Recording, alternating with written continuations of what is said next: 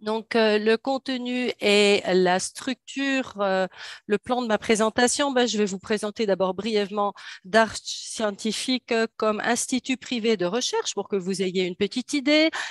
Ensuite, je vais évoquer la mesure dans laquelle les cultures cellulaires ont une importance décisive dans la recherche expérimentale en médecine actuellement.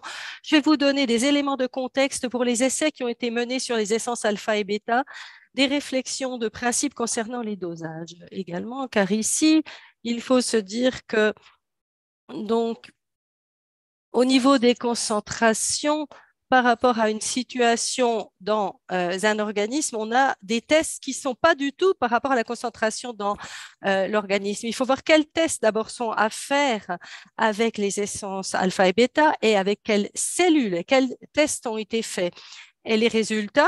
Et ensuite, la partie suivante dans le plan de mon intervention, ce sera les conclusions et le transfert de ces résultats sur l'ensemble de l'organisme.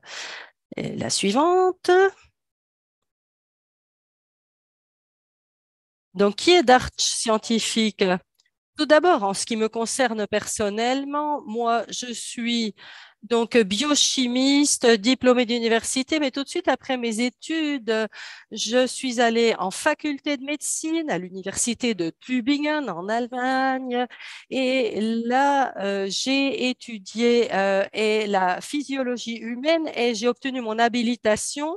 En 2002, il y a 20 ans, j'ai quitté le service actif à l'université et depuis, je suis directeur général et scientifique de l'Institut de recherche privé d'Arch Scientific, Institut de système d'essai en biologie cellulaire. Entre-temps, j'ai atteint l'âge de la retraite, mais je n'ai pas vraiment le temps pour ma retraite parce que j'ai tant de projets, il y a tant de choses intéressantes en recherche dans mon institut que je ne peux pas m'arrêter, tout simplement. Nous menons dans notre institut des recherches précliniques interdisciplinaires dans les domaines médecine, chimie, biologie, physiologie et biochimie depuis plus de 22 ans et ceci avec succès.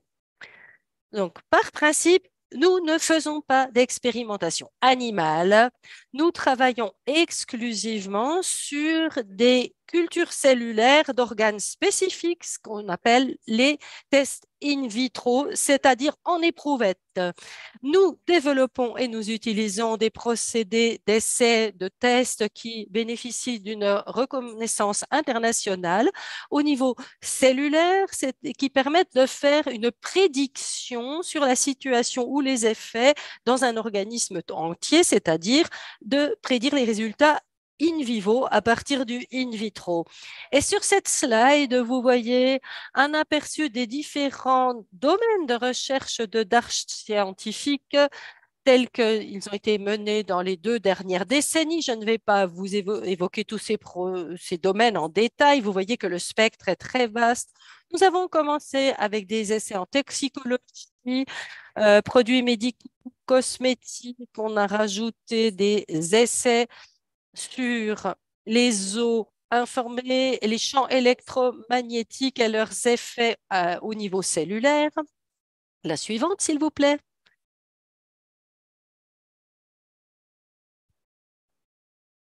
Et ensuite, j'aimerais évoquer l'importance des cultures cellulaires dans la recherche fondamentale, pardon, ainsi que dans la recherche préclinique expérimentale.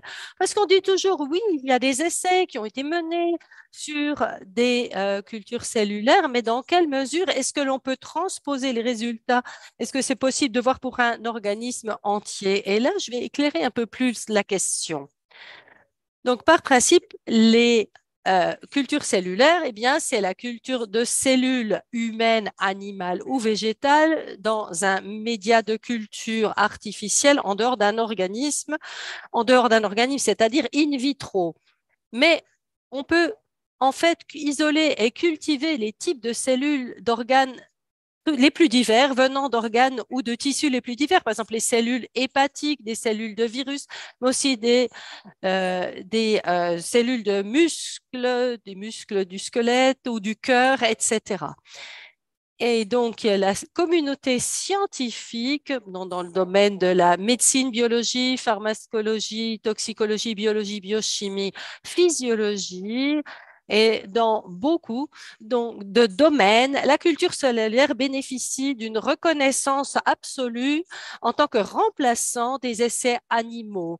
Et ces essais sur culture cellulaire peuvent être adaptés à différentes substances de test ou contextes dans le montage expérimental, dans leur conception, et ils permettent de faire des prédictions, des prévisions concernant les effets d'une substance dans l'organisme entier, c'est-à-dire in vivo. Alors, l'équipement de base d'un laboratoire de culture cellulaire, comment voir ça? Des fois, on voit ça à la télévision, mais en fait, l'équipement de base se réduit à quelques appareils décisifs. Vous voyez dans la rangée du haut différents types de boîtes, type boîte de pétri, dans différentes tailles. Au milieu, vous avez des flacons de culture. Et le truc un peu rose-rouge qui est dedans, c'est le bouillon de culture. Un bouillon de culture, une solution nutritive dans laquelle on cultive les cellules. Et puis en bas, vous voyez donc une chambre stérile. On peut donc, dans ces champs stériles, ouvrir des flacons, injecter quelque chose avec une pipette sans risquer des contaminations. Et puis, il y a l'incubateur en bas à droite, c'est-à-dire qu'il y a des conditions ambiantes requises pour la culture des cellules. Vous voyez quelques flacons et quelques boîtes dans cette chambre d'incubation. En fait, c'est le milieu dans lequel vivent les cellules.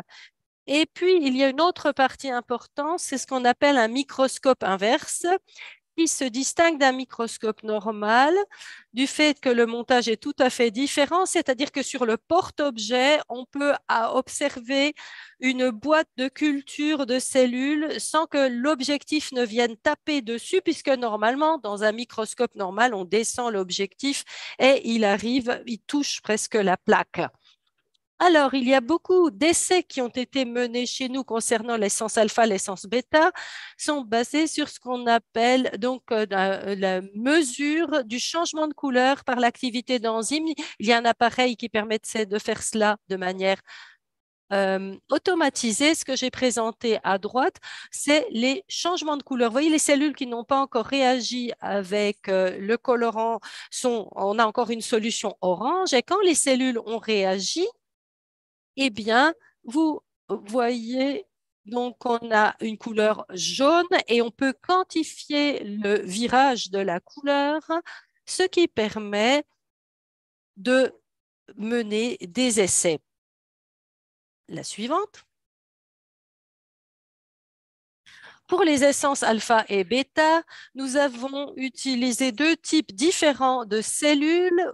Donc, pour l'essence alpha, donc, puisque assimilation par voie orale, elle arrive donc dans le système digestif, estomac, intestin. Donc, on a utilisé des cultures de cellules d'épithélium intestinal. Donc, vous voyez la photo. Elles vont former, comme toutes les cellules épithéliales, des couches surélevées, donc dans dans ces structures que vous voyez, des couches surélevées, des surépaisseurs qui peuvent transporter l'eau. Elles gonflent en quelque sorte et c'est pourquoi on les appelle des dômes. L'autre type de cellule, c'est sur la slide suivante. Il s'agit de fibroblastes de tissu conjonctif. Ils ont un aspect radicalement différent si vous comparez aux cellules épithéliales. Et ce qu'on voit très bien ici, et c'est pourquoi j'ai sélectionné cette prise de vue, cette photo, c'est que les cultures, donc cellules se divisent, elles peuvent migrer, c'est-à-dire bouger. Et on voit très bien en plein milieu deux cellules filles après une division cellulaire, les chromosomes. Donc, c'est cette partie linéaire plus claire. C'est le matériel chromosomique qui se divise, qui se répartit. Et puis, on voit aussi les différentes phases de la division cellulaire et ce qu'on peut voir. Et là, je tiens à le signaler dès maintenant, ce sont des parties plus sombres.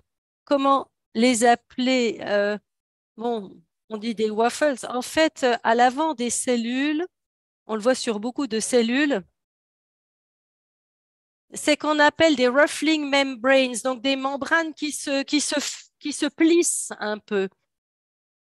Donc, ça correspond à des mouvements. On peut presque imaginer, oui, j'imagine une raie qui nage, pardon, dans l'eau de la mer. Et donc, on peut aussi avoir des vidéos en accéléré qui vous montrent ces mouvements. Bon, je n'en ai pas pour ce soir, mais nous pourrons en faire pour montrer les choses plus clairement. La suivante, nous arrivons maintenant à l'essence alpha. Qu'est-ce que l'essence alpha tout d'abord?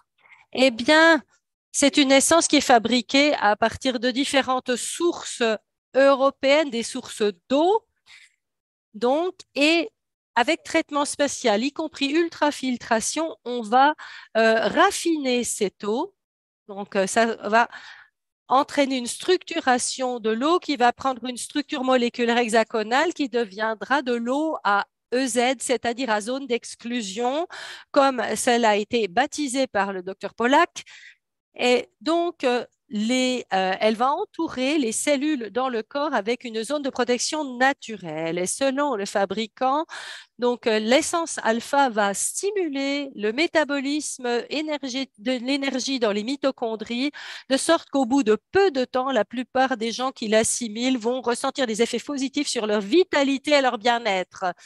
Et puis ensuite, eh bien, l'essence bêta, elle donc, se trouve dans un vaporisateur et elle va hydrater la peau avec un brouillard très fin d'eau hexagonale, donc aussi à zone d'exclusion, tout comme dans l'essence alpha. Selon le fabricant, cette essence bêta va éliminer les impuretés de la peau, accélérer la régénération et protéger la peau d'un vieillissement prématuré, ainsi que des effets de l'environnement extérieur, puisqu'elle va apporter une matrice protectrice hexagonale. Et un mélange de molécules H2O6 dans l'essence bêta réduit les éléments pathogènes et assiste les processus de cicatrisation, de guérison. Et un système concentré de clusters protectifs va prévenir la perte d'humidité de la peau au fur et à mesure du vieillissement. Bon, vous savez, bon, un petit enfant, bon, pour ce qui est de l'état d'hydratation de la peau, il est bien meilleur que chez une personne âgée, par exemple. C'est-à-dire que le contenu en eau de la peau, la teneur en eau va baisser avec l'âge.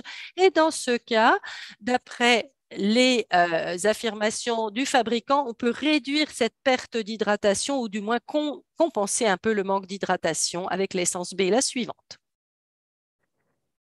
La- les raisons et les réflexions fondamentales qui nous ont menés à aboutir à ces essais in vitro. Donc, nous avons eu de l'essence A et B et nous nous sommes demandé quels sont les essais que nous allons mener. Eh bien, d'abord, pour éclairer un peu le propos, on avait eu des retours très positifs de la part des utilisateurs sur les effets des essences alpha et bêta. Donc, c'était des retours, mais des affirmations subjectives et il fallait les étayer d'un point de vue scientifique. On ne peut pas simplement se baser sur ce que les gens affirment. Il faut vérifier par des méthodes scientifiques. Bon, si quelqu'un dit, bon, il y a des effets qui sont positifs, oui, mais il faut pouvoir les vérifier avec des méthodes scientifiques récentes sur culture cellulaire. C'était l'ambition. Tout d'abord, pour l'essence alpha, la dose journalière, 30 millilitres, c'est à peu près un petit verre à schnapps à haute vie. Bon, je ne devrais pas le dire dans ce contexte, hein. Bon, en tout cas, 30 millilitres, ça fait à peu près 30 grammes.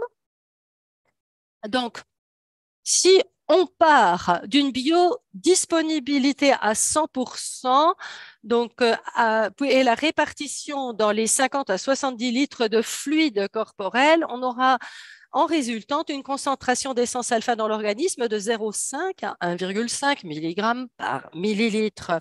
Ça, c'est une valeur importante, car après, dans les graphiques où on présentera les résultats, vous le retrouverez. C'est autrement dit le calcul qui a été fait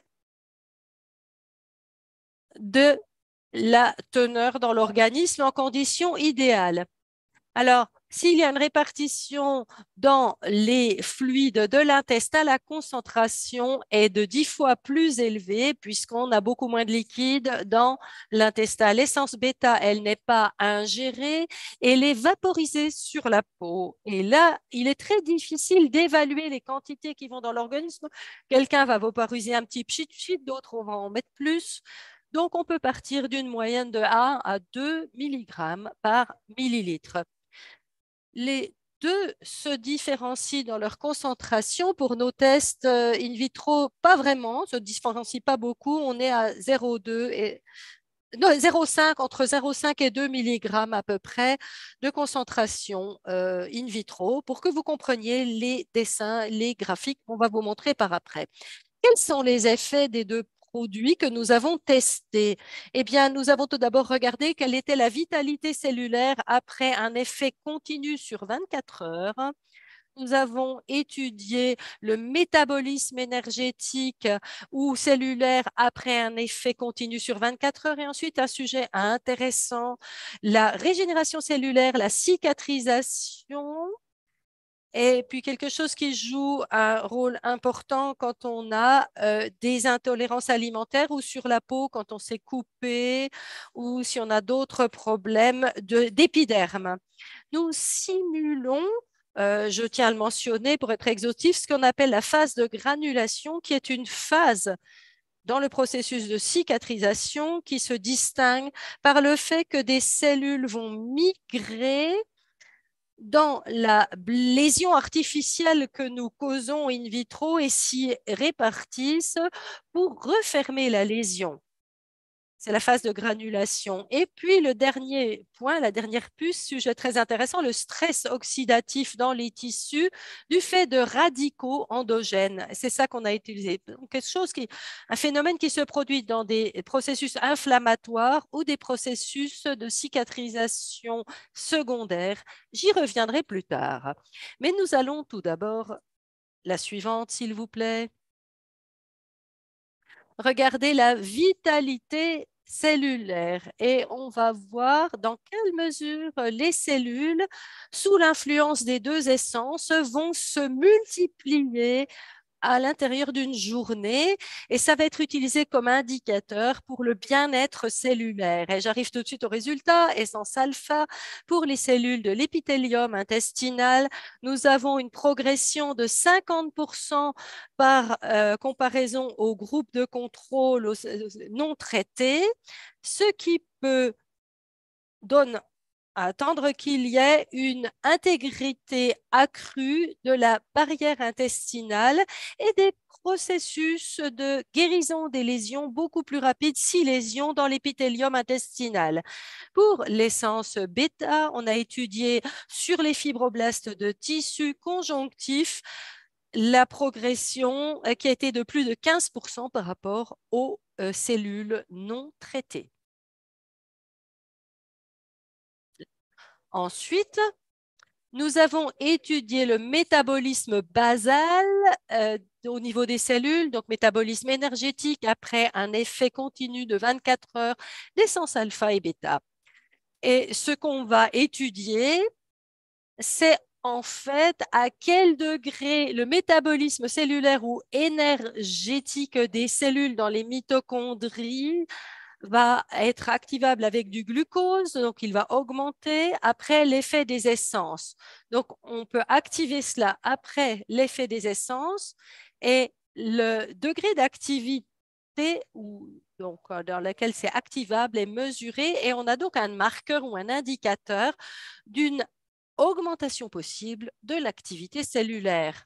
Dans le cas de l'essence alpha, nous avons une augmentation de non, attendez. Pour les cellules donc, de l'épithélium intestinal, 19% et 28% pour les cellules des tissus conjonctifs. Donc, on voit les potentiels de l'essence alpha qui est ingérée.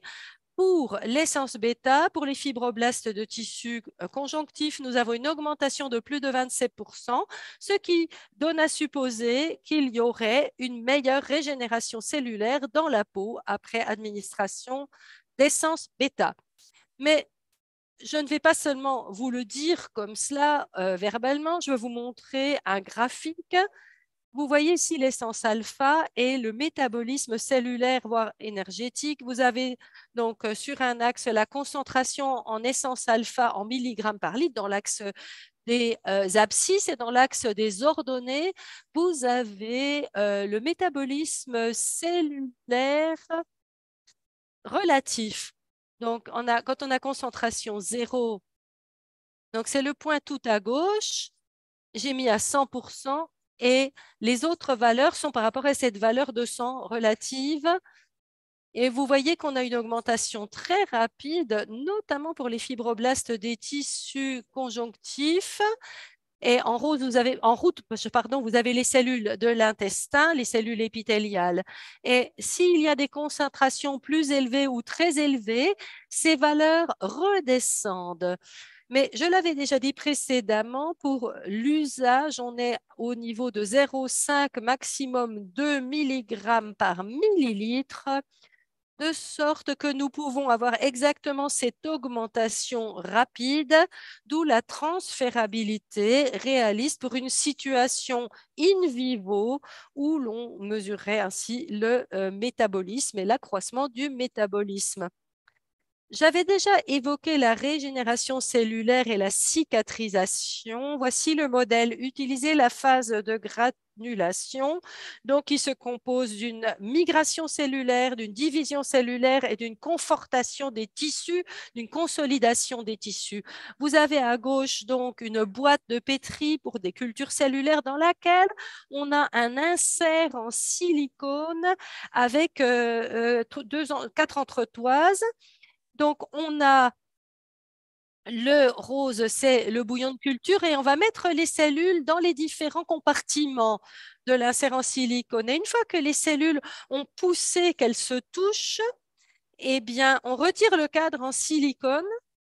Donc, on a un ensemble où il n'y a pas de cellules, là où il y avait les entretoises sur le fond de la boîte de pétri, et les cellules peuvent migrer dans ces espaces ainsi libérés et les refermer. La suivante. Et voilà comment se présente la régénération cellulaire avec effet de l'essence alpha au bout de 14 heures. À gauche, on a une culture témoin non traitée. Donc, on voit qu'il y avait la partie blanche, il y avait cette partie dans de silicone, la séparation. Et puis à droite, même montage, mais avec traitement par 1 mg par millilitre d'essence alpha. Et en fait, on a eu de meilleurs résultats avec 0,5 qu'avec 1 mg par millilitre. Et ici, la différence n'est pas si importante par rapport à la culture témoin ou contrôle, mais je voulais tout de même le montrer. Sur la suivante, pour l'essence bêta et avec des fibroblastes de tissu conjonctif à 0,5 mg par litre, on voit que le contraste est beaucoup plus grand à gauche. Donc, les cellules non traitées, vous voyez l'espace où il n'y a pas encore, qui n'est pas refermé par migration et division cellulaire, et à droite, traité par 0,5 mg par millilitre d'essence bêta, vous voyez que cet espace est beaucoup réduit, cet espace vide. Autrement dit, à la concentration indiquée, l'essence bêta va stimuler la régénération cellulaire, la cicatrisation dans la peau, dans l'épiderme. La suivante, s'il vous plaît. Alors, le dernier sujet que j'aimerais évoquer, c'est le stress oxydatif. Et vous savez certainement ce que c'est que le stress oxydatif, mais j'aimerais tout de même vous l'expliquer du point de vue scientifique. Ce qu'on appelle stress oxydatif, c'est une situation en termes de métabolisme qui se caractérise par une concentration excessive en composés oxygénés réactifs, donc reactive oxygen species, donc des radicaux oxygènes. Et c'est en fait une concentration si élevée que les enzymes du corps n'arrivent plus à les neutraliser. Parce que dans le corps, nous avons des enzymes qui peuvent neutraliser un excédent de radicaux qui sont formés en trop qui sont formés par les mitochondries, par l'ATP, l'adénosine triphosphate. Mais s'il y a trop de radicaux oxygènes, eh bien, les enzymes que produit notre corps ne sont plus en mesure de les éliminer et on se retrouve en situation de stress oxydatif. Et par principe que ces composés réactifs à base d'oxygène viennent de l'extérieur, que ce soit des xénobiotiques, mais aussi qu'ils soient causés par d'autres éléments nocifs comme les champs électromagnétiques ou d'autres éléments extérieurs, ou qu'ils soient générés dans l'intérieur du corps eux-mêmes, ça n'a pas d'importance. Et donc, les radicaux qui sont provoqués par l'environnement, c'est les xénobiotiques, la pollution atmosphérique, les champs électromagnétiques. Et pour les radicaux que nous produisons nous-mêmes, endogènes, nous les produisons en situation de stress dans notre corps et au niveau local, dans les tissus, quand il y a des processus inflammatoires qui produisent donc ces ROS et donc un stress oxydatif. Et ces radicaux vont endommager les structures cellulaires, la membrane cellulaire, les protéines, les enzymes, mais aussi l'ADN, l'ARN. Et de ce fait-là, il peut y avoir formation de tumeurs. J'ai présenté ici donc le stress oxydatif au niveau des cellules. En haut à gauche, c'est une culture cellulaire avec des fibroblastes de tissu conjonctif tels qu'on les a vus précédemment.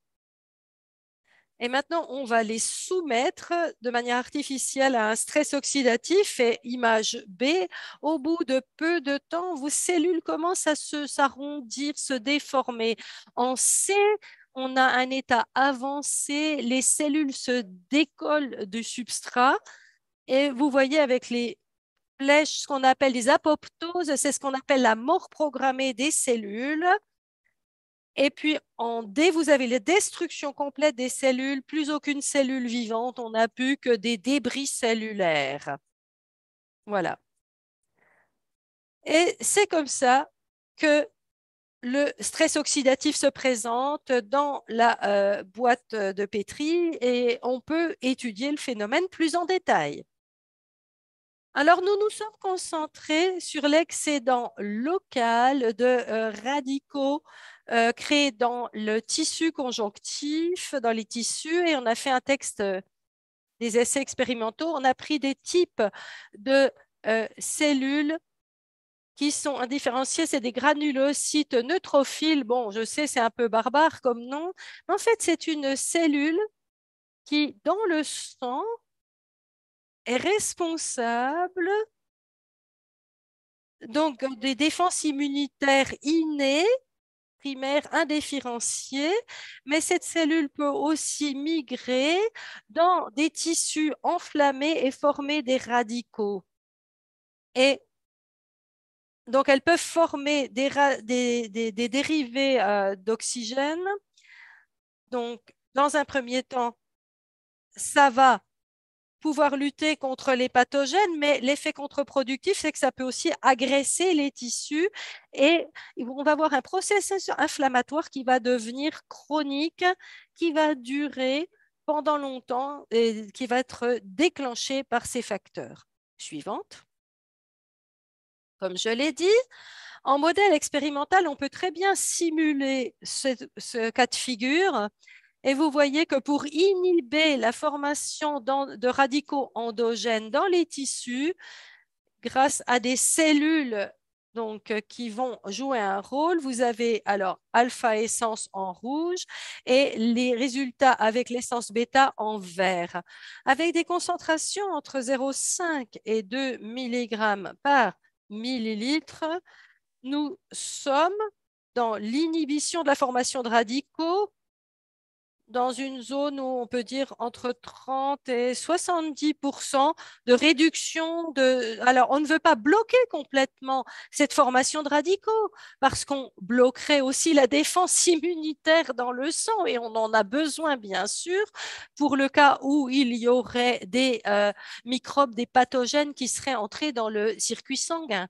Donc, on a une zone qui est très intéressante par rapport au processus inflammatoire et qui risque de se chronifier, de devenir chronique. Et c'est très intéressant. La suivante, s'il vous plaît.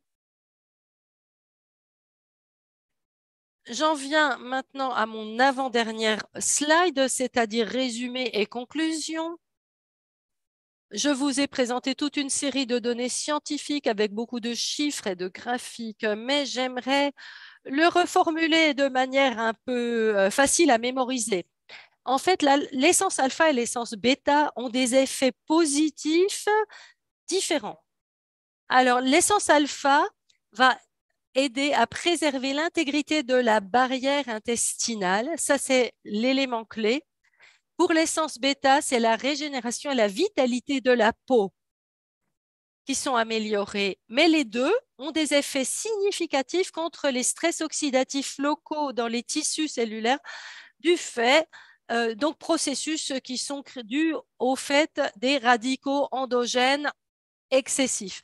Mais ce qui est important, c'est que les résultats montrent de manière très impressionnante les potentiels de ces deux produits et confortent les observations des utilisateurs. Et ces effets positifs que nous avons observés, obtenus en culture cellulaire,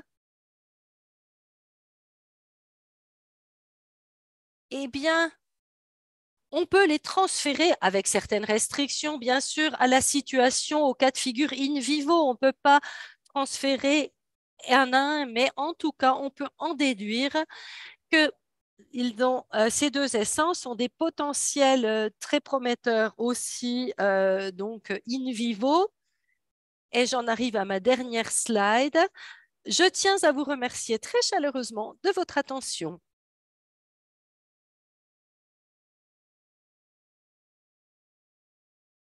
Eh bien, merci beaucoup pour cette présentation.